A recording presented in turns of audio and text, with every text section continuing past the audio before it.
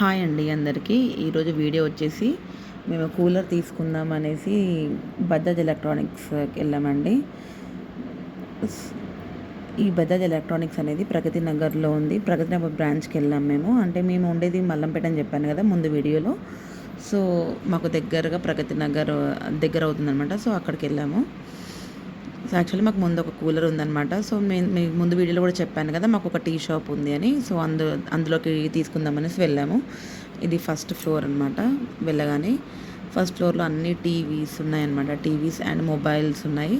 So అతను అడిగితే అక్కడ ఒకతను ఉన్నాడు. అతన్ని అడిగితే సెకండ్ ఫ్లోర్కి వెళ్ళండి, అక్కడ అన్నీ మీకు కూలర్స్ ఏసీలు అన్నీ సెకండ్ ఫ్లోర్లో ఉంటాయని చెప్పాడు. సో అక్కడ పక్కన లిఫ్ట్ ఉంది.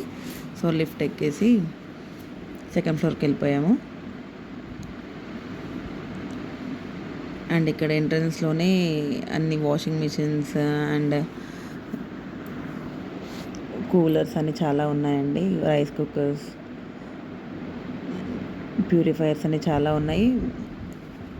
అండ్ మేము ఫస్ట్ ఇవన్నీ చూడకుండా ఫస్ట్ కూలర్ తీసుకుందాం అనుకున్నాం కదా. సో ఫస్ట్ కూలర్కి వెళ్ళిపోయాము, కూలర్ చూడడానికి.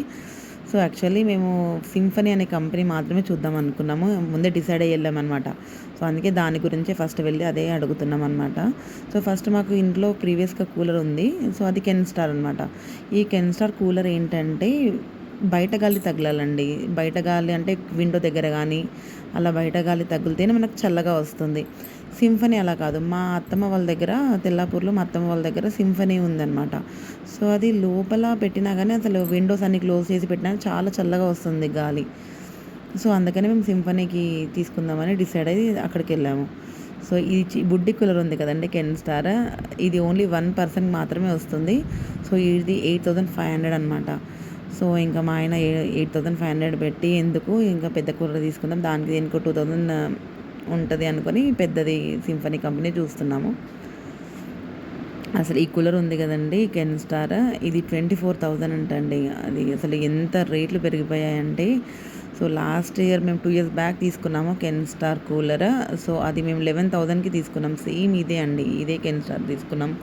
అప్పుడు మాకు 11,000 పడింది. సేమ్ ఇదే కూలర్ ఇప్పుడు 15,000 చెప్తున్నారు. సో ఇంకా చూస్తున్నాం అనమాట ఏది బాగుంటుంది అనేసి. మా ఆయనని చెక్ చేస్తూ ఉన్నాడు.